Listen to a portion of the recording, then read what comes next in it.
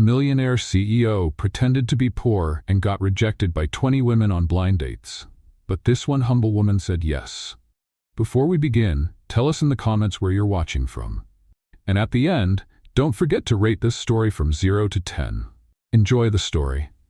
Marcus Chen was on his 20th blind date and ready to give up on love completely. Not because he wasn't attractive. At 32, he was actually considered one of the most eligible bachelors. The problem was his fortune, over $2.8 billion. And it seemed like all that did was attract women who were more interested in his credit card than his heart. This has to be the worst idea I've ever had, he muttered to himself, adjusting the cheap t-shirt his assistant James had picked up on clearance. His brilliant idea had been to pretend to be poor in order to find true love. For 2 weeks, he disguised himself as Mike Santos, an unemployed construction worker, and was rejected in increasingly creative ways by 19 different women. Jennifer ran off the moment she found out he was jobless. Amanda faked an asthma attack. And Patricia actually handed him $5 out of pity. Now, sitting in a cafe, Marcus was ready to throw in the towel. One last try, and then he'd go back to the world of shallow relationships. The 20th date was with someone named Sofia Mendez. She was 28 and worked as a gold prospector. Her profile picture showed a woman with a real smile, no filters, clearly taken outdoors. By 4:15 p.m., no one had shown up. Marcus started to stand when the cafe door suddenly burst open. A woman came running in like she was escaping a fire. Her brown hair was messy, her hands were covered in dirt, a smear of mud marked her right cheek, and her clothes looked like they had been through a battle. "Sorry," she shouted to the whole cafe. "Is there a Mike here?" Marcus stood up, a little stunned. I'm Mike." "Phew, thank goodness," she sighed, dropping a worn-out backpack onto a chair. "Sofia Mendez, nice to meet you. Sorry I'm late, and for the way I look. We had a little, cave-in at the site." "Cave-in?" Marcus asked, concerned. "Nothing serious." She waved it off, sending a bit more dirt flying. "Just a gallery wall that decided to collapse right when I was leaving. Good thing I'm short. I crawled right under it." Marcus looked her up and down. She looked like she had lost a wrestling match with the ground, but she was smiling like it was the most normal thing in the world. You're okay?" "Of course. Comes with the job," she shrugged. "Wow, this is a fancy place. Are you sure you can afford it? I can pay for mine. No problem." For the first time in 2 weeks, Marcus was caught off guard, in a good way. No, I can manage 2 coffees." "You sure?" "I know what it's like to be broke. I once lived off instant noodles for 2 months straight." Sofia walked up to the counter, and Marcus watched her greet the barista by name, ask about her son, and leave a generous tip, even though it was clear she was counting every penny. "All set," she returned with 2 coffees. "So, Mike, tell me, what do you do besides being between jobs right now?" The question was simple, but something about the way she asked it, without judgment, just genuine curiosity, completely disarmed Marcus. I work in construction, kind of rethinking life at the moment." "I get it." Sofia nodded, picking dirt from under her fingernails. "My dad always said sometimes life forces you to stop and find a new direction." "Was your dad a prospector too?" "He was," she said softly. "He died 5 years ago, work accident, but he taught me something important. Never judge someone by their bank account. Judge them by their character." Marcus felt something shift in his chest. "I'm sorry." "Thanks," she smiled. "But you know what's funny? After he died, a bunch of people came around wanting to help. They all tried to buy our land for next to nothing." "And did you sell?" Sofia nearly spit out her coffee, laughing. "No way. I decided to learn the trade myself. It was tough convincing the other prospectors that a 23-year-old girl knew what she was doing." "How did you pull it off?" "I proved I could do it. And also," she made a funny face, "I cook really well. Won them over with my food. My lasagna is legendary around here." Marcus laughed, really laughed, for the first time in weeks.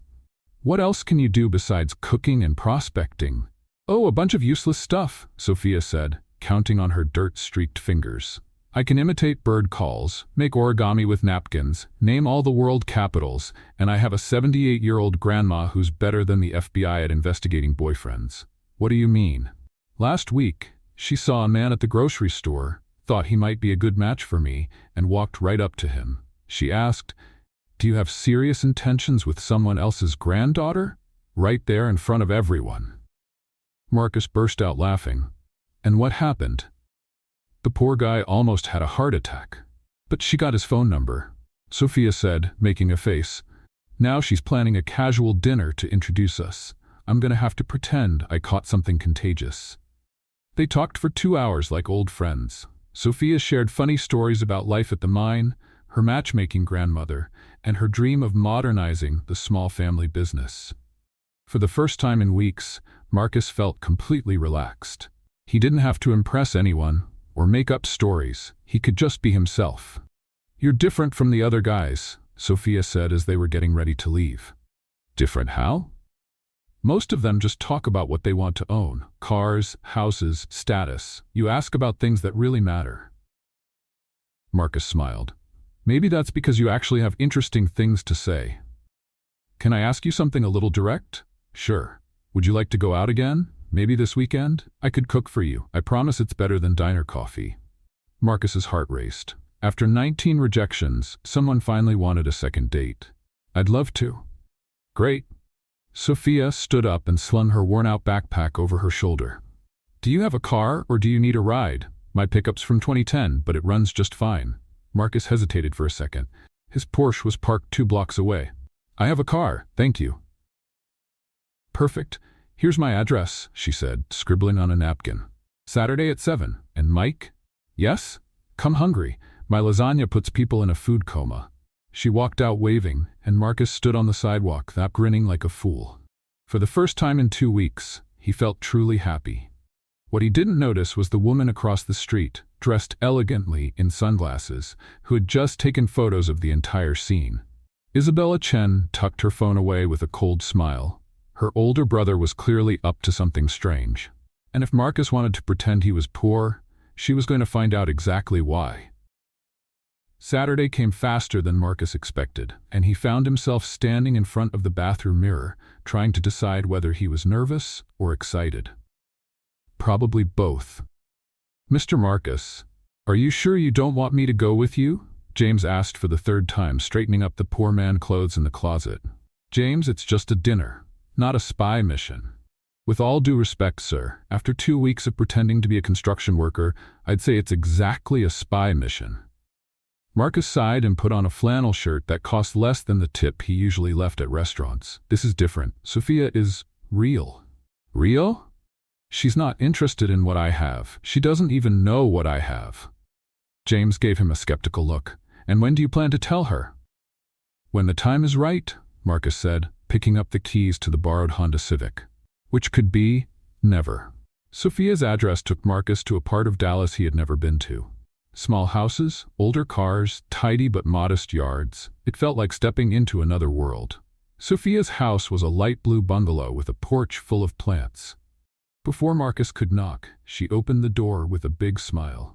"Mike, right on time," she said, wearing a simple floral dress that made her look even more beautiful. "Come in. Come in. I hope you like lasagna because I made enough to feed a small army." The inside of the house felt cozy in a way Marcus's mansion never had. The furniture was old but well cared for, family photos lined the walls, and a wonderful smell was coming from the kitchen. "Wow, what a warm place," Marcus said sincerely. "Thank you. It's small, but it's mine. I inherited it from my grandmother when she moved to assisted living. She couldn't handle the stairs anymore, so—" Sophia gestured vaguely. "Now she lives in a 1-story house closer to the city. You take good care of her. She raised me after my parents died. It's the least I can do." Marcus felt silly for ever complaining about his own family issues. During dinner, they talked about everything. Sophia shared her plans to expand the mining operation, bring in more modern technology, and create jobs for the community. "Want to know my crazy dream?" she asked, serving him a second helping of lasagna. "I want to open a technical school here in the area. Teach people how to work with modern equipment, focus on safety, even basic management." "That's not a crazy dream," Marcus said. "It's a necessary one." "Do you really think so?" "Most people say it's a waste of time, that folks around here aren't cut out for that kind of thing." Marcus felt angry at whoever had said that. Those people are wrong. completely wrong. Sophia smiled, and Marcus realized he was falling in love, truly, for the first time in his life. After dinner, they went out to the porch. The sky was clear, and Sophia pointed to the stars, sharing the stories her father used to tell about the constellations. "My dad used to say stars are like people," she said. "Some shine brighter, some are quieter, but they're all important to make the sky whole." "He sounds like a wise man." He was. Also stubborn as a mule and sang in the shower so loud the neighbors could hear, she laughed. "But he was the best man I ever knew." Marcus was about to say something romantic when his phone rang. He glanced at the screen. It was his driver. "Sorry, I need to take this. It's my boss." "No problem, I'll get more tea." Marcus answered in a low voice. "Carlos? What is it?" "Sir, the meeting for tomorrow has been moved to tonight. The Japanese investors are only available now." "What meeting?" Marcus asked, confused. "The expansion project into Asia. $50 million, sir." Marcus looked through the window and saw Sophia in the kitchen, humming as she poured the tea. 50 million felt a lot less important at that moment. "Cancel it, or move it to Monday." "Sir? You heard me. I'm busy." When Sophia came back with the tea, Marcus was putting his phone away. "Everything okay with your boss?" "All good, he's on his own tonight." They stayed on the porch talking and laughing until almost midnight. When Marcus finally said he had to go, Sophia walked him to the gate. "Thanks for the most fun weekend I've had in a long time," she said. "Thank you for being you." They looked at each other for a moment, and Marcus leaned in to kiss her cheek. At the last second, Sophia turned, and the kiss landed on the corner of her mouth. "Oops," she laughed, blushing. "Oops," Marcus echoed with a smile. He was walking to his car when he heard Sophia call out, "Mike! Wait!" Marcus turned to see Sophia running toward him barefoot. "I forgot to give you my cell number." She pulled a pen from her bag and wrote the number on his palm. "There. Now you have no excuse not to call." Marcus smiled and got into the Honda Civic, waving through the window as he drove away. 3 blocks later, he stopped at a gas station to switch cars. Carlos was waiting with the Porsche. "How was the date, sir?" "Perfect," Marcus said as he quickly changed clothes. "Absolutely perfect." He was putting away the flannel shirt when he saw a red pickup pass by. Marcus looked again and recognized Sophia behind the wheel. Panic. Sophia had stopped at the light and was looking straight at him, getting out of a shiny new Porsche, wearing a suit that probably cost more than her yearly salary. Marcus waved awkwardly. Sophia kept staring for a few seconds. Then the light turned green, and she drove off. His phone rang immediately. "Hi, Mike. It's Sophia. What a coincidence running into you just now." "Hi. What a coincidence. Listen, I don't mean to pry, but was that you getting out of a Porsche just now?" Marcus panicked and blurted out the first thing that came to mind. "Oh yeah, it belongs to my boss. I'm, his personal driver sometimes. You know, just to make some extra cash." "I see," Sophia said, though her tone had changed slightly. "And is your boss a nice guy?" "He's a complicated man. Very full of himself, you know? Rich, arrogant, thinks he's better than everyone." "Wow, that must be tough to work for someone like that." "It's not fun," Marcus admitted, hating every word, "but the pay helps." "Of course, we'll talk to you soon. It was nice hearing from you again." "You too." Marcus hung up and rested his forehead on the steering wheel. "Problem, sir?" Carlos asked. "Carlos, I just called myself a stuck-up jerk to the woman I'm in love with." "Interesting strategy, sir." "It's not a strategy, it's desperation." Marcus drove home wondering how he was going to explain that lie. But one thing he knew for sure. He couldn't lose Sophia. She was the best thing that had happened to him in years. The following Monday, Sophia called with a proposal that made him both excited and terrified.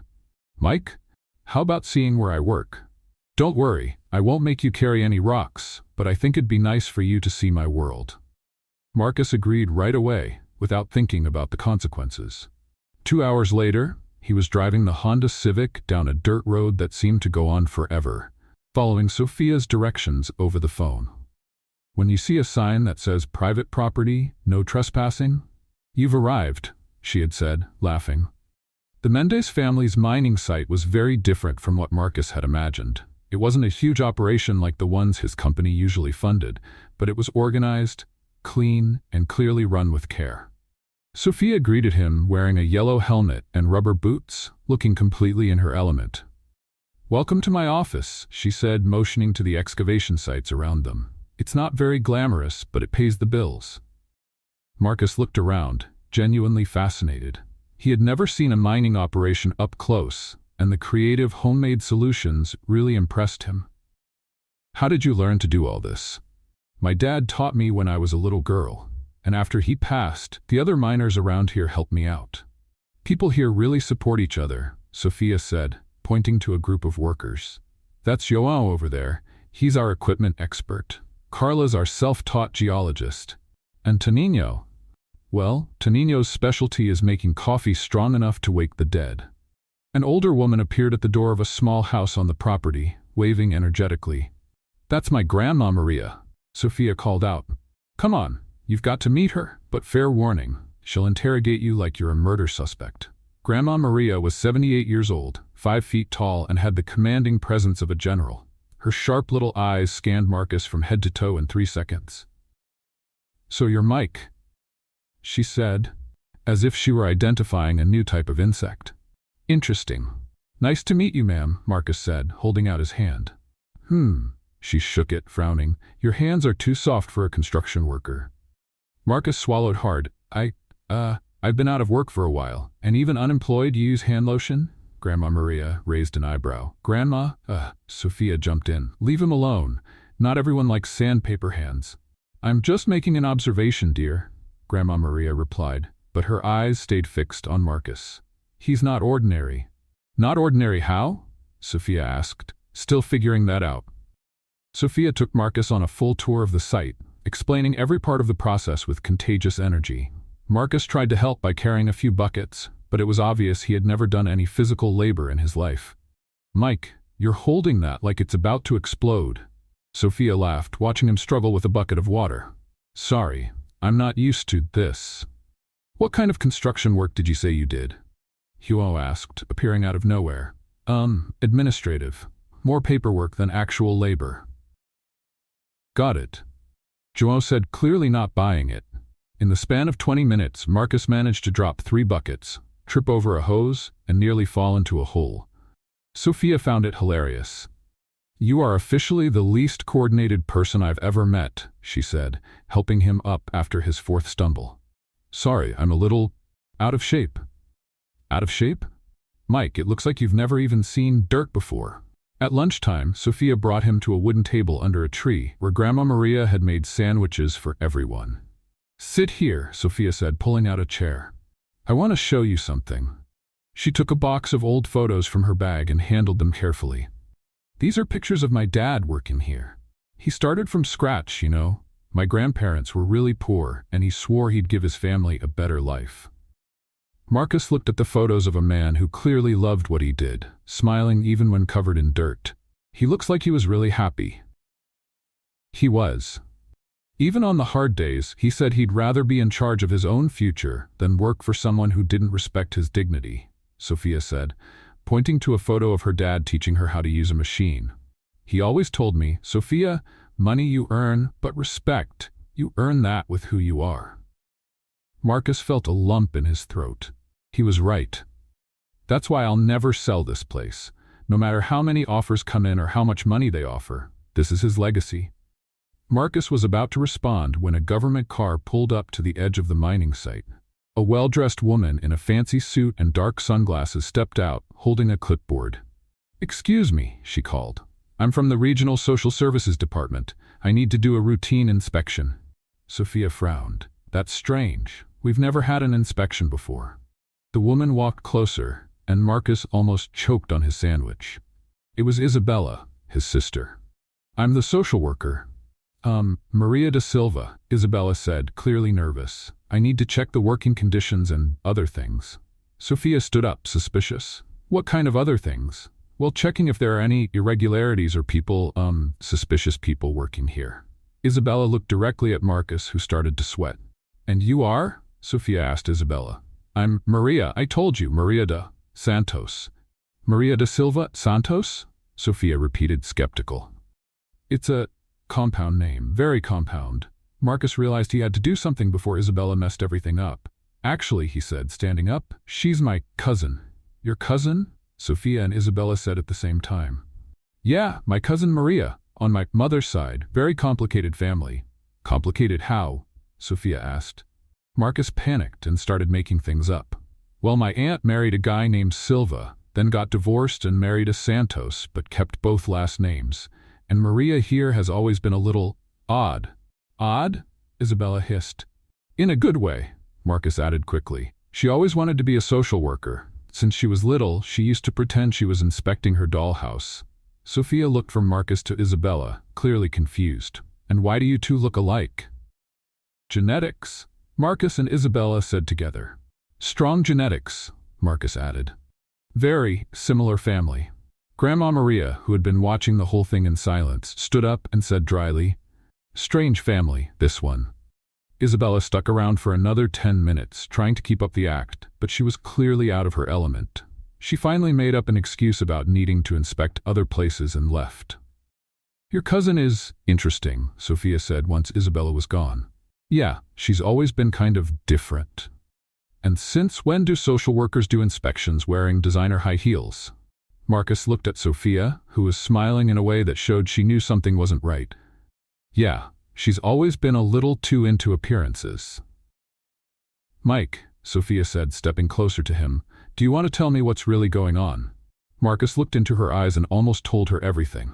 Almost. Nothing's going on, just a crazy family being, well, crazy. Sophia studied him for a few seconds, then nodded. Okay, but just know, when you're ready to tell the truth, I'll be here. Marcus smiled, feeling even worse for lying to her. But one thing was clear. Isabella had found out where he was, and that could only mean trouble. Sophia stepped closer and kissed him softly, cutting off his confession. Mike, whatever it is you want to tell me, it can wait. Right now, I just want you to know you're not alone, okay? Marcus looked into her eyes and felt something break inside his chest. For the first time in his life, someone loved him without knowing who he really was. Sophia, would you like to be my girlfriend? I thought you'd never ask, she laughed, leaning into his arm. The next few days were the happiest of Marcus's life. For the first time, he experienced what a real relationship felt like, one without financial interest or social pressure. Sophia took him to places he had never been before, local markets, roadside diners, community festivals. Marcus discovered the simple joy of holding hands with someone who truly liked him. On their first weekend as a couple, Sophia took him fishing at a lake near the mining site. Have you ever gone fishing? She asked, setting up the rods. Not exactly, Marcus lied. He had gone fishing a few times on the family yacht, but that didn't count. It's relaxing. My dad used to bring me here when I was little. They spent the whole afternoon without catching a single fish, but Marcus didn't care. He was too busy watching Sophia tell stories, laugh at her own jokes, and make sarcastic remarks about his complete lack of skill with a fishing rod. Mike, you're holding that like it's a poisonous snake, she laughed when he almost got tangled in his own hook. Sorry, still learning. That's okay, it's fun watching you try. In their second week of dating, Sophia taught him how to make lasagna from scratch. The secret is making the dough by hand, she said, both of them covered in flour in her kitchen. You have to feel the texture. Marcus, who had eaten in 5-star restaurants all over the world, had never had so much fun cooking, mostly because Sophia thought it was hilarious to watch him struggle with basic ingredients. You've never cracked an egg before? She asked, stunned. I always ate out or ordered delivery. My God, Mike, you're kind of useless, huh? She said, but she was laughing. I am. Completely useless. Lucky for you, I like useless guys. In the third week, Marcus took Sophia to dinner at a slightly more expensive restaurant, not too fancy, but definitely above her usual budget.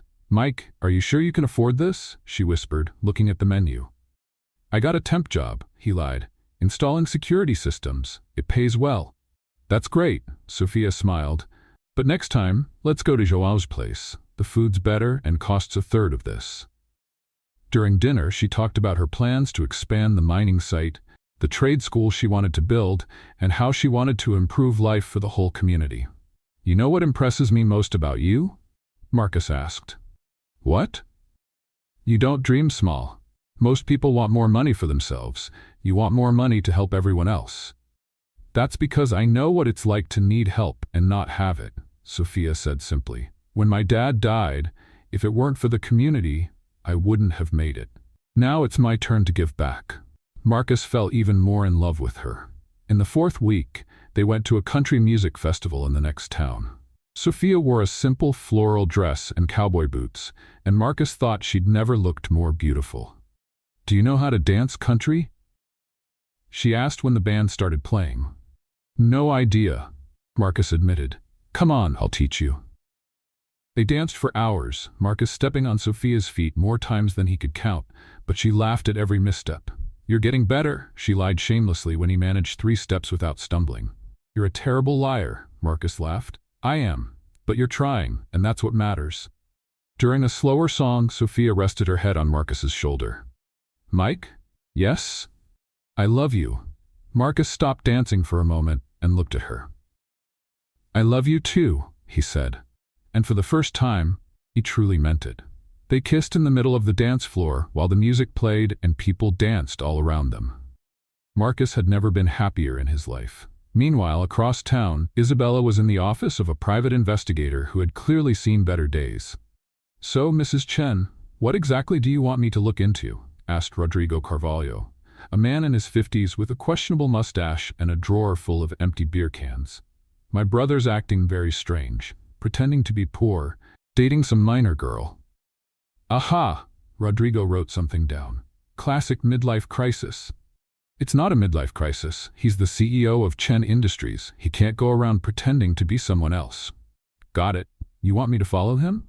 "I want you to find out everything about this Sofia Mendez, and I want detailed reports about where my brother goes, what he does, and who he talks to. That'll cost $3,000 a week." "I don't care about the price." A week later, Isabella received Rodrigo's first report.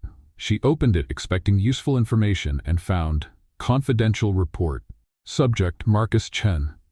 Weekly notes, Monday, subject bought coffee at 3 different places. Possible caffeine addiction. Tuesday, subject stood in front of a clothing store for 20 minutes. Possible fashion identity crisis. Wednesday, subject talked to a lamppost. Possible schizophrenia.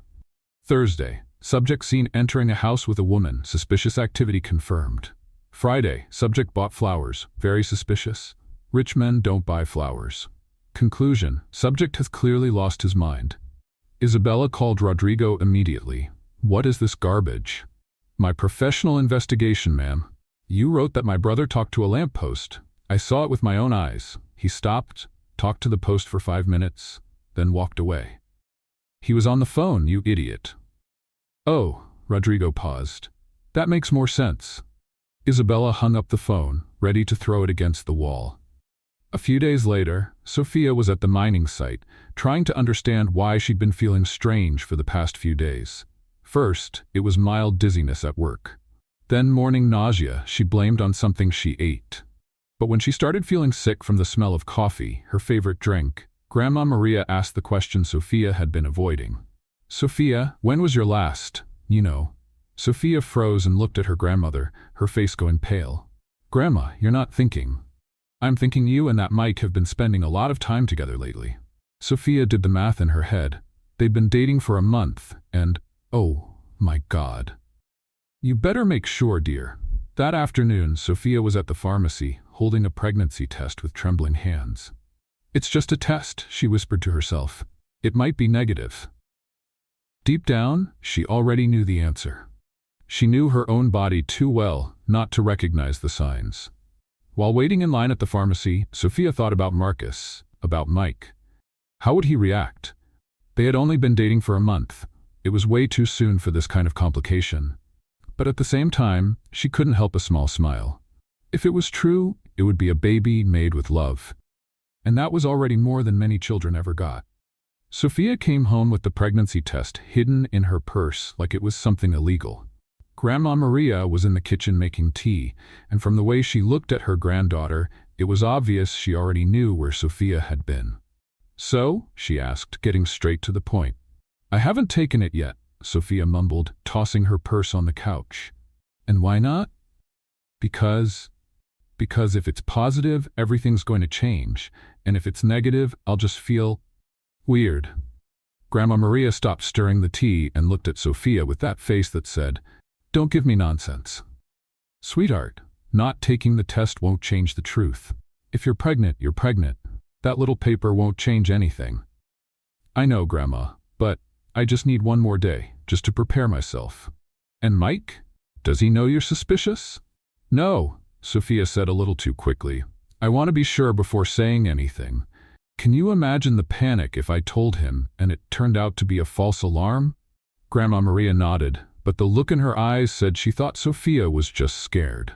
On the other side of town, Marcus was having his own crisis at the office. For 4 weeks he'd been living a lie, and each day it was getting harder to keep the act up. "James, I need to tell her the truth," he said for the 10th time that week. "Mr. Marcus, with all due respect, you've been saying that for 2 weeks and you still haven't done it. It's complicated. The longer I wait, the worse it gets. How am I supposed to explain that I've been lying about who I am for 2 months? Maybe start with, Sophia, there's something important I need to tell you?" Marcus winced. "It's not that simple." "Can I ask you something, sir? Are you afraid of losing her?" "I'm terrified," Marcus admitted. "She's the first person who loves me for who I am, not for what I have. What if she finds out I'm a billionaire and thinks the whole thing was a lie?" "Wasn't it?" Marcus was quiet for a moment. "Maybe at the start, but now I can't imagine my life without her." The phone rang, interrupting the conversation. It was Sophia. "Mike, are you free for dinner tonight? I was thinking of cooking something special." "Of course, what time?" 7 o'clock. "And Mike? I love you." "I love you too." Marcus hung up smiling, but his stomach was in knots. Tonight was going to be the night. He was going to tell her everything. Sophia spent the entire afternoon cooking like she was preparing a Last Supper. She made Marcus's favorite dish, dessert, even bought wine, but didn't serve it because just the smell made her nauseous. Right at 7, Marcus arrived with flowers and that smile that always melted her heart. "Wow, something smells amazing," he said, kissing her. "What are we celebrating?" "Nothing really. I just wanted to do something special for you," Sophia lied. In truth, she wanted one perfect night before possibly turning everything upside down. During dinner, both of them were clearly nervous. Marcus was trying to find the courage to confess, while Sophia was struggling with waves of nausea that kept coming and going. "Sophia, there's something I need to tell you," Marcus finally said. "I also have something to tell you," she replied at the same time. They both laughed nervously. "You go first," Marcus said. "No, you go. Yours sounds more serious." Marcus took a deep breath. "Sophia, do you remember when we met and I told you I was—" "Mike, are you okay?" Sophia interrupted, noticing he was sweating. "I'm fine, why? You look kind of pale." Sophia stood to get some water, and suddenly the room began to spin. The last thing she saw was Marcus's terrified face before everything went dark. "Sophia!" Marcus shouted, dropping to the floor to catch her. "Sophia, wake up! Please wake up!" With shaking hands, he grabbed his phone and called emergency services. "Hello? I need an ambulance. My girlfriend passed out and she's not waking up." 10 minutes that felt like 10 hours later, the ambulance arrived. Marcus climbed in with her, holding her hand the entire ride. "Is she going to be okay?" he asked the paramedics every 30 seconds. "Sir, you need to stay calm. We'll get to the hospital and find out what's going on." At the hospital, Marcus paced the waiting room like a caged lion. When the doctor finally came out, he practically jumped on him. "How is she? What happened? Is she going to be okay?" "Calm down, sir." The doctor looked at his chart. "Mr. Santos?" Yes. How's Sophia?" "She's doing well. It was just a fainting spell caused by, well, congratulations. You're going to be parents." Marcus stood there in silence for a full 10 seconds. "What do you mean, parents?" "Your girlfriend is pregnant, around 6 weeks along. Fainting is common, especially if she hasn't been eating properly or is under stress." "Pregnant," Marcus repeated, like he was hearing a new word for the first time. "Can I see her?" "Of course. Room 304. She's awake and waiting for you." Marcus rushed up the stairs, his heart pounding so fast he thought he might pass out himself. When he entered the room, Sophia was sitting up in bed, pale but smiling nervously. "Hi," she said softly. "Hi," he replied, walking slowly toward her. "How are you feeling?" "Pregnant, apparently," she said with a shaky laugh. "Surprise!" Marcus sat on the edge of the bed and took her hand. Sophia, are you upset? She asked quickly. Because I'd understand if you are. We've only been together a month and… Upset? Marcus cut her off. Sophia, I'm happy. Terrified, but happy. Really, I love you. And now, I'm going to love our baby too. Sophia started to cry, and Marcus pulled her into a hug, his heart pounding with a mix of love and fear. Mike, I was so scared to tell you. You never have to be scared to tell me anything, Marcus said, gently stroking her hair, ever. This should have been the moment he told her the truth. But looking at Sophia, pregnant and vulnerable in his arms, Marcus just couldn't. Not now. Across town, Isabella was in Rodrigo's office, finally getting some useful information. I found something interesting about your brother, Rodrigo said, laying out some photos. He's definitely dating the gold digger. And more than that, I found out he's using fake documents. What do you mean? The name Mike Santos doesn't exist. It's a completely made-up identity. Isabella gave a cold smile. Go on. There's more. I got access to his bank records. Over the last 2 months, he's spent less than $2,000. For someone who usually drops that in a night, that's very suspicious. So he really is pretending to be poor. Exactly. And from the way she looks at him in these photos, the gold digger has no idea who he really is. Isabella stood up, satisfied. Thank you, Rodrigo. You've done your part. The next morning, Isabella was waiting in Marcus's office when he walked in, still wearing rumpled clothes from the hospital. Isabella, what are you doing here? Waiting for my big brother to explain why he's pretending to be someone else. Marcus froze. I don't know what you're talking about. Mike Santos? Seriously, Marcus? That's the best fake name you could come up with? Isabella, don't lie to me. I know everything. The disguise, the gold digger, the whole act. Marcus sank into a chair. How did you find out? That doesn't matter. What matters is that you stop this nonsense right now. I'm not going to. Yes, you are. Because if you don't, I'll tell her who you really are. You wouldn't do that. Isabella gave him a cold smile. Try me. You have 48 hours to break up with her and come back to reality, or I'll tell her everything. Isabella, you don't understand. I love her. You love the idea of her. But her? She's in love with a man who doesn't exist. That's not true, isn't it? Then tell her who you really are. Call her right now and say you're a billionaire. Let's see how long this true love lasts. Marcus stayed silent, because deep down he knew Isabella had a point. Sophia had fallen for Mike Santos, not Marcus Chen. You have 48 hours, Marcus. Choose the family business or a fantasy that's going to end sooner or later. Isabella walked out, leaving Marcus alone with the hardest decision of his life. And now, there was a baby involved. Isabella didn't waste any time. Within 24 hours, she had set in motion the cruelest plan she'd ever made. Using media contacts and digital editing experts, she created fake evidence that looked completely real.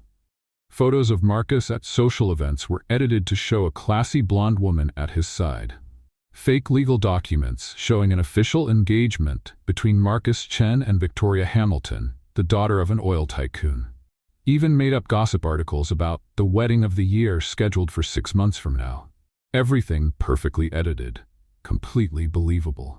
Totally fake. By Wednesday morning, Lucy, Isabella's assistant, showed up at the mining site dressed as a journalist, carrying a camera and a folder full of evidence.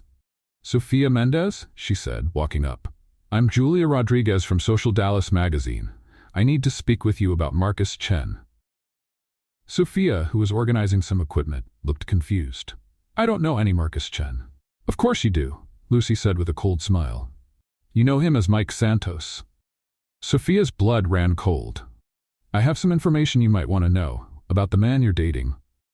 Isabella opened the folder and showed her the edited photos, Marcus in expensive tuxedos, hugging a stunning woman, clearly at high society events. This is your boyfriend, Marcus Chen, CEO of Chen Industries. Estimated net worth, $2.8 billion.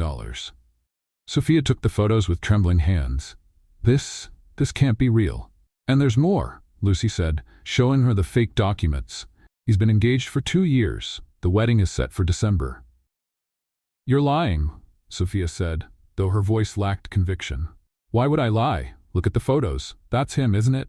Sophia looked again. It was Marcus, no doubt about it, but not the Marcus she knew. This was a man from a completely different world, living a completely different life. He told me he was an unemployed construction worker. Looks like he lied. The question is, what else did he lie about? 2 hours later, Sophia stood at Marcus's door, holding the photos, her chest tight with a mix of anger and heartbreak. When he opened the door, smiling like he always did when he saw her, she exploded. "Who is Victoria Hamilton?" Marcus's smile vanished instantly. "Sophia, I can explain." "Explain?" she yelled, throwing the photos in his face. "You want to explain why you've been engaged to another woman for 2 years?" Marcus looked at the photos, confused. "Sophia, this isn't what? Isn't you? Because it's clearly you in those pictures." "It is, but you lied to me." Sophia was crying now, the pain and anger spilling out. "You made up your whole life. An unemployed construction worker? Mike Santos? All lies." "Sophia, please, let me explain. Those photos aren't—" "And I'm pregnant," she shouted. "I'm pregnant by a man who doesn't even exist." Marcus tried to step closer. "Sophia, please listen." "No," she pulled back. "Don't touch me. You're engaged to someone else. You've been hiding a whole life from me." "I'm not engaged. Those pictures are fake." "Fake?" Sophia laughed bitterly. "Of course you'd say that. What else is fake? Your feelings for me too?" "Never," Marcus shouted back.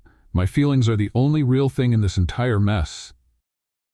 "How am I supposed to believe anything you say? You lied about everything." Sophia started walking toward her truck, Marcus following her. "Sophia, please, let me explain. Those photos were edited. I never—" "Enough, Marcus." She stopped and looked at him, tears in her eyes. "Or Mike, or whatever your real name is. I can't take any more lies. My name is Marcus, and I'm the same man you love." "You think so?" Sophia gave a sad laugh. "Because the man I love never existed. It was all something you made up." She got in the truck and Marcus knocked on the window. "Sophia, please, think about our baby." Sophia lowered the window just a bit. "Our baby will grow up knowing the truth, unlike his mother, who was foolish enough to believe in fairy tales." She drove away, leaving Marcus standing alone on the street, heartbroken. Isabella had watched everything from a distance, smiling with satisfaction. When Marcus returned home, she was waiting in the living room. "Looks like you won't need the full 48 hours, she said calmly. "You did this?" Marcus shouted. "You planted those fake photos. I just sped up the inevitable. She would have found out eventually." "Isabella, you destroyed the only good thing I had in my life. I saved our company from the shame of having a CEO married to an uneducated gold digger." Marcus looked at his sister with so much hatred, she stepped back. "Do you know what you just did?" he said, his voice dangerously calm. "You just lost your brother." "Marcus, don't be dramatic. I'm resigning. From the company, from the inheritance, from all of it, and I'll spend the rest of my life trying to win back the woman I love." "You can't do that." "Yes, I can, and I will." Marcus went upstairs, leaving Isabella alone, slowly realizing that her so-called victory may have cost far more than she ever imagined. Marcus didn't sleep for 3 days. After officially resigning from Chen Industries, sending Isabella into a full panic, he packed his things and went straight to the mining community where Sophia lived. But when he arrived, it was clear he wasn't welcome. "You're the jerk who lied to our Sophia," said João, standing in front of the entrance with his arms crossed. "João, I need to talk to her. I need to explain." "Explain what? That you're a rich liar who played with her heart?" Marcus looked around and saw that other workers had joined João. They were all glaring at him with hostility. "Please, just 5 minutes." "You're not welcome here," said Carla, the geologist. "Sophia cried for 2 days straight because of you." "She told you everything?" "She said the man she loved didn't even exist. That it was all a lie. That she's pregnant with a ghost." Marcus felt like a knife had been driven through his chest. "Where is she?" "Working. Even though she's pregnant and heartbroken, she's working. Unlike some spoiled rich boys, she has responsibilities." Marcus managed to get around the group and found Sophia in a more remote area of the mining site, operating a sediment sifting machine. Even from a distance, he could see she looked thinner, pale, but working with the same determination as always. She was pregnant with his child and still working hard under the burning sun. Marcus hid behind some trees and watched her for an hour. Every now and then, Sophia would stop to rest, gently placing her hand on her still small belly, then go right back to work. Her expression was focused, just like he remembered, but there was deep sadness in her eyes. "Admiring your work?" a cold voice said behind him. Marcus turned and saw Grandma Maria, arms crossed, with a look sharp enough to kill. "Mrs. Maria, save it. You're a coward who played with my granddaughter like she was a toy." "That's not true. I love her." "Love?" Grandma Maria let out a bitter laugh. "You call that love? Lying about who you are? Making her fall for a fake man?" "I didn't mean for it to happen this way. Things got out of control and you didn't have the courage to tell the truth. Not even when you found out she was pregnant." Marcus looked down, ashamed. "You know what's the saddest part?" Grandma Maria continued. "She really loved you, the Mike Santos you made up. She loved a man who was honest, hardworking, and respectful. That man was never real." "I can be that man. I gave up the company, left my whole life behind. For what? To keep pretending? To keep playing a part? No, to finally be myself for the first time." Grandma Maria studied him for a long moment. "You want to prove you've changed? That you're worthy of my granddaughter?" "Yes. Anything." "Then tell the truth, admit your lies, and ask for forgiveness." Marcus swallowed hard. "And if I do that, will you help me show Sophia that I truly love her? If you do that, I'll believe there might be a small chance you deserve to try." On Sunday morning, Marcus stood in the town square. The open-air market was full. The whole community gathered. He saw Sophia across the square, selling handmade crafts to earn some extra money. Marcus climbed up on a wooden crate in the middle of the square and shouted, "Excuse me, may I have everyone's attention?" The chatter stopped. Sophia looked at him, surprised and furious. "My name is Marcus Chen, not Mike Santos. I lied to all of you." Shocked murmurs spread through the crowd. "I'm the CEO of a billion-dollar company. I pretended to be poor to find true love, and in the process I hurt the most amazing woman I've ever met." Sophia didn't move, but tears were running down her face. "I'm a coward, a liar, and the worst part is, when Sophia gave me the chance to tell the truth, I didn't have the courage, even knowing she was pregnant with my child." Now the crowd was completely silent. "I don't deserve her forgiveness, but I want you all to know, Sophia Mendez is the most honest, brave, and generous woman I've ever known, and I destroyed that with my lies." Marcus stepped down from the crate, humiliated, but somehow lighter. Sophia stared at him for a long moment, then turned and walked away. But for the first time in a week, she didn't run, she just walked. And for Marcus, that felt like a ray of hope. 3 days after Marcus's public confession, Sophia was working near the unloading area when a truck was backing up to dump gravel. The driver, distracted by his phone, didn't see that Sophia was crouched behind the truck, checking a piece of equipment. "Sophia, move!" João shouted when he saw the truck still backing up. Sophia looked up and saw the rear bumper just feet away. For a second, she froze. The driver couldn't see her in the mirrors. Marcus, who had just arrived, saw her and didn't think twice. He ran straight toward Sophia and dove, pushing her out of the way with force. They rolled together on the ground, Marcus instinctively shielding her with his body. The truck passed within inches of where they had been just seconds before. "Stop the truck!" several workers shouted. The driver finally slammed the brakes and jumped out, panicked. "My God, I didn't see her. I didn't see anyone." Marcus got up quickly, checking Sophia. "Are you hurt?" Sophia was in shock, breathing heavily. I don't think so." "Marcus, is the baby okay?" he asked, helping her sit up. "I think so," she said, placing her hand on her belly. "You saved me." Marcus had scraped his arm and leg on the gravel, but he didn't care. "Are you sure you're all right? Let's go to the hospital, just to be safe." "No need.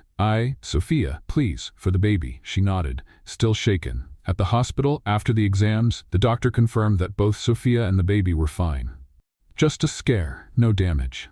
"You were lucky," the doctor said, "but it's a good idea to stay for observation a few hours, just to be sure." When they were alone in the room, Sophia looked at Marcus, curious why he was there. "Why were you at the mining site?" "I was hoping for a chance to talk to you." "Marcus, I know you asked me to leave, but I couldn't. I couldn't walk away knowing you're pregnant and maybe never see you again." Sophia sighed. "Marcus, I need to ask you something, and I want the full truth this time. Anything. Why did you really pretend to be poor? And don't give me some rehearsed answer. I want to know what was really going through your mind." Marcus sat in the chair next to the bed. Because I felt like a ghost in my own life. What do you mean? Sophia, have you ever thought about what it's like to never know if people truly liked you? Since I was a kid, I only saw interest in people's eyes when they found out my last name. Friends who used me to impress their parents, girlfriends who changed completely when they saw my house. And you thought it would be the same with me? I was afraid it would be. Because you are too perfect to be true. A beautiful woman, smart, with character, who cares about people. I thought, if she finds out I'm a billionaire, she'll start acting different, like all the others. Sophia studied him. And when did you realize you were wrong? The moment you offered your savings when you thought I was in trouble. No woman in my life ever cared if I had enough money for anything. You worried if I could even pay for a coffee. And yet you kept lying. Because I panicked. How was I going to explain 2 months of lies? How was I going to say, "Hi, Sophia, I'm actually a billionaire," and pretended to be poor to test you? It sounded horrible even in my head. Sophia was quiet for a few minutes. Marcus, you made me fall in love with someone who doesn't exist. That's not true, he said firmly. The man who danced with you, who tried to help at the mining site and was a disaster, who laughed at your stories, who loves you more than life itself. That man exists. That's me. But you lied about everything else. I lied about money and my name. I didn't lie about my feelings. Every "I love you" was real. Every happy moment with you was real. Sophia looked at him with teary eyes. How will I trust you again? How will I know you're not lying about other things? Because from now on, you'll know everything about me. Bank accounts, properties, family, past, everything. No secrets. And what if I decide I don't want to try again? Marcus felt his chest tighten. Then I'll respect that. But Sophia, our child deserves a father who is present. Even if you don't want me as a husband, let me be a dad. Sophia rested her head on the pillow, emotionally exhausted. I need time to process all of this. How much time do you need? I don't know. It could be weeks. It could be months. Maybe I'll never fully forgive. Marcus nodded, trying to hide his pain. I'll wait as long as it takes. And what if I decide I want you to stay away? Then I'll respect your choice. But I'll always be here for you and our child if you ever change your mind. Sophia looked at him for a long moment. Why did you risk getting hurt to save me today, after everything that happened? Because I love you, Marcus said simply. And because I'd rather die than see anything happen to you or our baby. Even knowing I might never forgive you? Even so, my love for you doesn't depend on you loving me back. Sophia closed her eyes, tears quietly falling. Marcus, I need you to leave now. I need to be alone to think. Marcus stood and walked toward the door. Sophia? Yes? Thank you for giving me the chance to tell the truth, and I'm sorry for everything. I know, she whispered. I'm sorry too for both of us. Marcus left the room with a broken heart, but knowing he had finally been completely honest with the woman he loved. 2 weeks after the accident, Marcus made the most radical decision of his life. He met with his lawyers and, against all advice, signed papers that changed everything. Mr. Chen, are you sure about this? Asked Dr. Harrison, his lawyer for 15 years. Once you sign, there's no turning back. I'm absolutely sure, Marcus said, initialing the last page. I want 80% of my fortune to go to a fund for underprivileged communities, focusing especially on technical education and rural development. And the other 20%? That stays in a separate account for my son's upbringing. Sophia will manage it until he turns 18. And your sister? She won't accept this quietly. Marcus sighed. Isabella has already shown what she's capable of. I'm ready for the consequences. The news exploded across Dallas business media. Billionaire heir gives up fortune. Marcus Chen donates billions to charity. CEO abandons family empire. Isabella saw the news in the Chen Industries office and exploded with anger. He's completely lost it, she shouted at the company lawyers. I have to stop him before he destroys everything our family built. Mrs. Chen, technically he has the legal right to do this. He's not mentally fit. Isabella interrupted. File a lawsuit questioning his mental sanity. No one in their right mind donates billions to a minor. Dr. Peterson, the company's senior lawyer, hesitated. Isabella, this is risky. If we lose, we won't lose. Gather evidence. Erratic behavior, lies, pretending to be someone else for months. Any judge will see he wasn't in a condition to make financial decisions. Sophia heard the news on the television. She was in her grandmother Maria's kitchen drinking tea when the local news started talking about Marcus. In a surprising decision, businessman Marcus Chen announced today he is donating most of his fortune to social projects focused on education and rural development. The reporter said as they showed footage of Marcus leaving the law office. Sophia almost dropped her cup. "Grandma, are you seeing this?" Grandma Maria moved closer to the TV. "That boy really went crazy in love with you." Chen said the fund will mainly be used to build technical schools in poor communities, exactly the kind of project his ex-girlfriend, Sofia Mendez, always dreamed of developing. The reporter continued. Sophia felt her chest tighten. Marcus was literally giving away his fortune to make her dreams come true. Sources close to the family reveal that Chen's sister, Isabella, is challenging the decision in court, claiming mental incompetence. "He's going to lose everything," Sophia whispered. "No," Grandma Maria said wisely. "He already lost what mattered most to him. Now he's trying to do something worthwhile." In the following days, the legal case became a media circus. Isabella presented evidence of Marcus's erratic behavior, lies about his identity, abandoning the company, irrational financial decisions. Marcus did not contest any of it. He showed up in court wearing simple clothes without expensive lawyers, defending himself. "Your Honor," he said to the judge, "I know my actions may seem irrational to those who value money above all else, but for the first time in my life, I am making decisions based on what is right, not what is profitable." "Mr. Chen," the judge asked, "are you aware you are giving up billions of dollars?" "I am, and I would do it again. Money has never made me happy. I hope it can bring dignity and opportunities to people who really deserve it." Sophia watched everything on TV crying. Grandma Maria sat beside her, watching her granddaughter. "He's doing this for you, you know," the elder said softly. "He's destroying himself for me," Sophia answered. "No, he's rebuilding himself. He's becoming the man you saw in him from the start." "But Grandma, what if I can't forgive him? What if it's too late?" Grandma Maria turned to Sophia with that wise look only older people have. "Child, in my 78 years I've learned one thing. True love is rare. Rarer than gold, more precious than diamonds. That boy is literally giving everything he has to prove he loves you." "But he lied to me." "Yes, he lied, and he's paying the price. But look at him now." Grandma Maria pointed at the TV. "He's risking everything, standing up to his own family, being humiliated in public. That's not the behavior of a liar.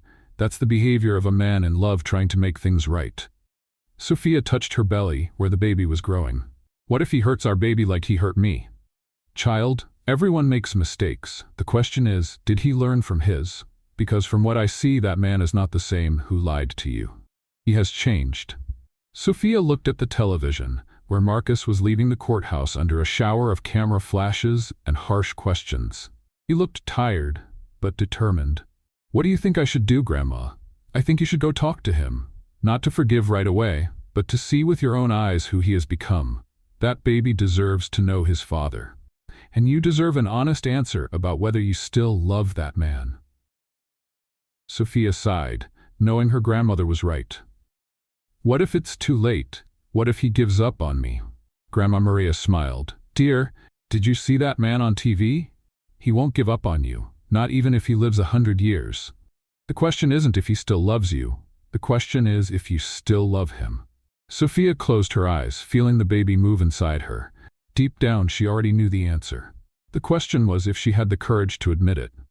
Sophia drove to Marcus's house 3 times before finally having the courage to ring the doorbell. She was 4 months pregnant, and her belly was starting to show under the simple dress she wore. Marcus opened the door and for a moment was silent, as if he couldn't believe she was there. "Sophia?" he said softly, as if afraid she might disappear. "Hi, Marcus. Can I come in? We need to talk." "Of course." He stepped back quickly, nervous. "Want some water? Tea? Something to eat?" "I'm fine." Sophia stepped inside and looked around. The mansion that used to intimidate her now seemed just like an empty, cold house. "I watched the trial on TV." "Oh," Marcus made a face. "That must have been awkward to watch." "Actually, it was brave." Sophia sat on the living room couch. You gave up everything.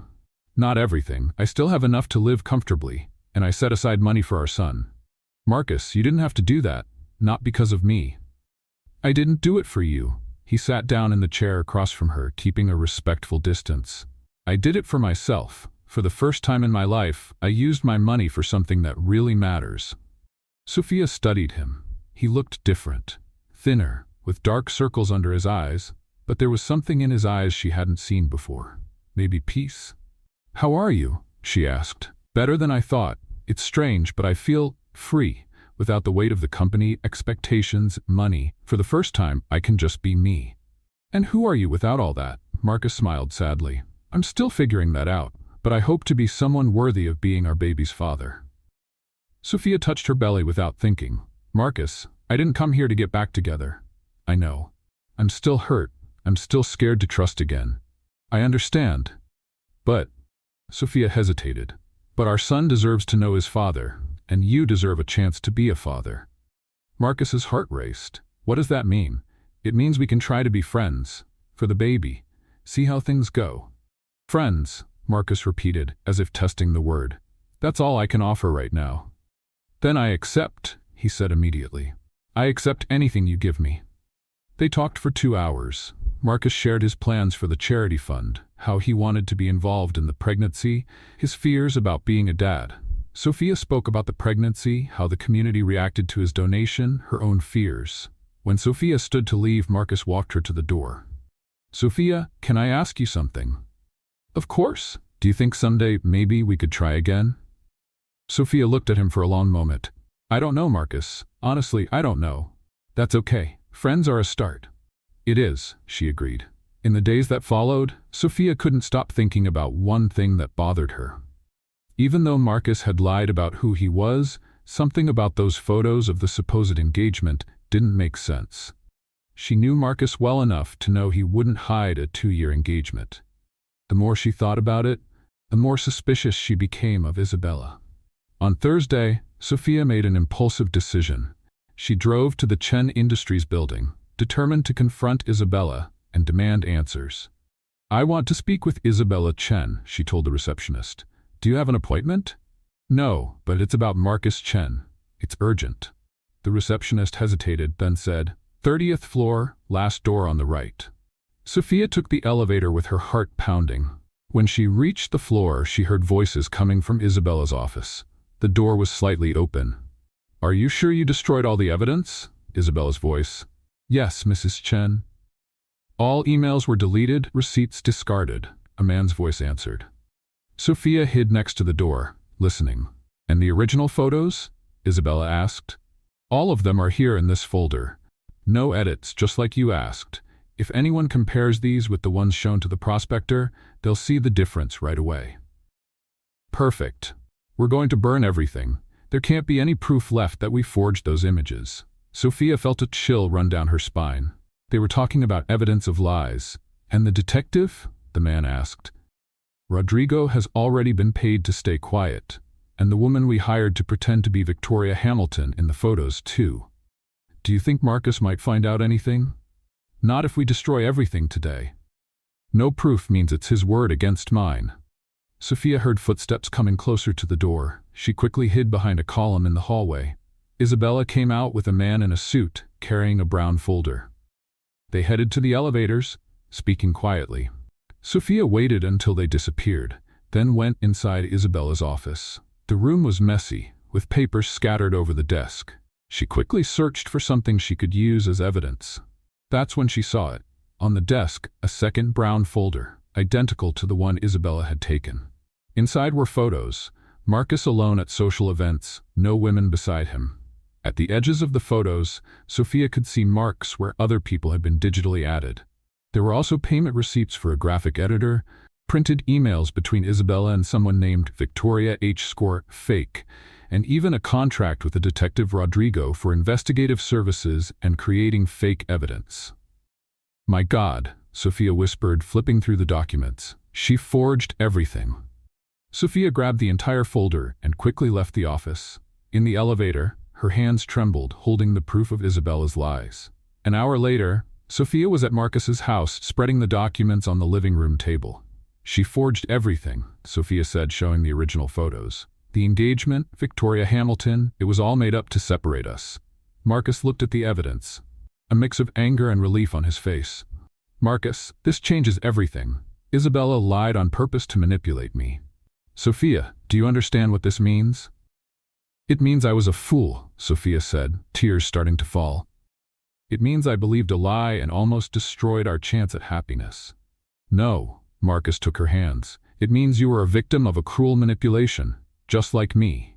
What do we do now? We go to court. Isabella can't get away with what she did. 2 days later, Sophia and Marcus were in court presenting the evidence to the judge. Isabella looked pale, clearly not expecting her lies to be exposed. Mrs. Chen, the judge addressed Isabella, how do you explain this evidence of forgery and deliberate manipulation? I can explain. Isabella stammered. We have receipts in your name paying for digital photo editing, emails about creating fake profiles, and a contract for creating fake evidence, all with your signature. Sophia stood up. Your Honor, may I speak? You may, Mrs. Mendez. Isabella Chen sent her secretary to contact me, pretending to be a reporter. She showed me forged photos and fake documents about an engagement that never happened. She destroyed my relationship based on calculated lies. And what impact did this have, Mrs. Mendez? I'm 4 months pregnant. Because of her lies, I almost kept my son from knowing his father. I almost destroyed a man who, despite his mistakes, always truly loved me. The judge banged the gavel. I rule the mental incompetence case against Marcus Chen dismissed. Isabella Chen will answer for forgery, defamation, and fraud. Isabella left the courtroom in custody, her plan finally falling apart. Outside, Sophia and Marcus walked silently. Thank you, Marcus said, for finding the truth, for standing up for me. Sophia stopped and looked at him. Marcus, I still need time to process everything, but now I know you never betrayed me. I know Isabella was the one behind it all. And does that make a difference? Sophia touched her belly. It does. Our child deserves parents who love each other, and I still love you. Marcus felt tears well up. Sophia? But let's take it slow, okay? 1 step at a time. As many steps as you want, Marcus agreed. I have my whole life to prove I deserve your trust. Sophia smiled. Then let's start with a coffee. No lies this time. No lies, Marcus promised. Never again. 3 months after the trial, Sophia was 8 months pregnant when Marcus made the request that would change everything forever. They were on Sophia's porch, watching the sunset. Marcus had become part of her routine, taking her to medical appointments, helping with the prospecting when she allowed it, and slowly earning back her trust. Sophia, Marcus said, turning to her. I need to tell you something. What is it? She asked, gently touching her belly. These last few months have been the best of my life, not because of the money I donated or the changes I made, but because I learned what really matters. Marcus, let me finish. He knelt down in front of her, taking a simple ring out of his pocket. Sophia Mendez, will you marry me? Not Marcus Chen, the billionaire. Me, the man who loves you more than life itself. Sophia looked at the ring, a modest solitaire, pretty without being flashy, then into his eyes, full of hope and fear. Marcus, are you sure? After everything? I'm sure I want to spend the rest of my life proving I deserve you. I want our child to grow up in a family built on true love. Yes, Sophia said, tears falling. Yes, I want to marry you. Marcus slipped the ring onto her finger with trembling hands and kissed her like it was the first time. But I have conditions, Sophia said as they pulled apart. Anything. Total honesty. Forever. No lies, no secrets. I promise. A simple life, no showiness. I promise. And our child will learn the value of simple things. I promise it all. Marcus kissed her again. I love you, Sophia. The real Marcus loves you. The wedding took place 2 weeks later, a touching ceremony at the community church. Sophia, 9 months pregnant, wore a simple dress that showed her natural beauty. Marcus stood at the altar, nervous but glowing. Do you, Sophia, take Marcus Chen to be your husband, to love and respect him, in sickness and in health, in wealth and in poverty? The pastor asked. Yes, I do, Sophia said, her eyes shining. And you, Marcus, do you take Sophia to be your wife, promising to honor and protect her every day of your life? Yes, I do, Marcus said, his voice choked with emotion. I now pronounce you husband and wife. You may kiss the bride. The kiss was long and passionate, sealing not only their marriage, but the triumph of true love over all lies and manipulation. 5 days after the wedding, Sophia went into labor in the middle of the night. "Marcus!" she shouted from the bed. "It's time!" Marcus woke up in total panic. "Now, what do I do?"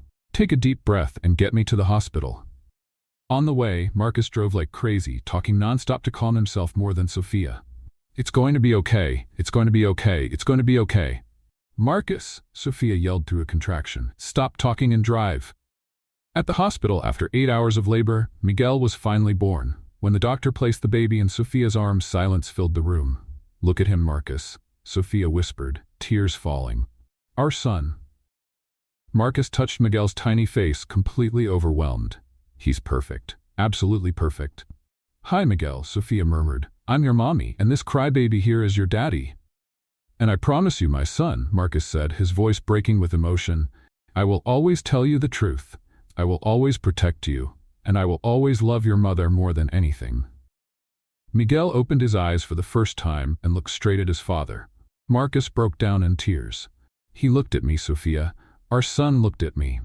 "He knows you're his dad," Sophia smiled. "He knows he is loved." 2 weeks later, while they were at home adjusting to their new routine, they got an unexpected visit. Isabella showed up at the door, thin and humble, very different from the proud woman she had been months ago. "Can I come in?" she asked hesitantly. "I know I don't deserve it." But Sophia looked at Marcus, who nodded. "Isabella," Marcus said, "what do you want?" "I came to apologize, from the heart, and to meet my nephew." "Isabella, you almost destroyed our family," Sophia said, but without anger in her voice. "I know, and I'll carry that guilt for the rest of my life." Isabella stepped closer to the crib where Miguel was sleeping. "But looking at him, at both of you, I understand now what true love is." "And what do you plan to do now?" Marcus asked. "Rebuild my life, from scratch. No lies, no manipulation. I've learned that money without love is worth nothing."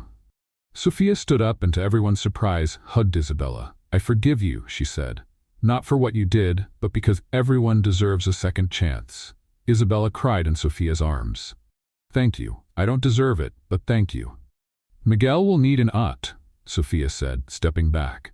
"If you're willing to be a better person." "I am," Isabella promised. "I swear I am." 6 months later, on a Sunday afternoon, the family was gathered on the porch. Sophia was nursing Miguel while Marcus read the news about the foundation's projects he had started. "The first technical school will open next week," he said. "It will help more than 200 families in the area." "Your dad would be proud," Sophia told Miguel. "He's changing the world, one project at a time." Grandma Maria arrived carrying a pie. "How are my boys?" "Happy, Grandma," Sophia smiled. "Completely happy." Isabella showed up next, bringing a gift for Miguel. Over the last few months, she had become a constant and welcome presence in the family. "How's my favorite nephew?" she said, making faces at the baby. "He's your only nephew," Marcus laughed. "Then he's definitely the favorite." Isabella joked.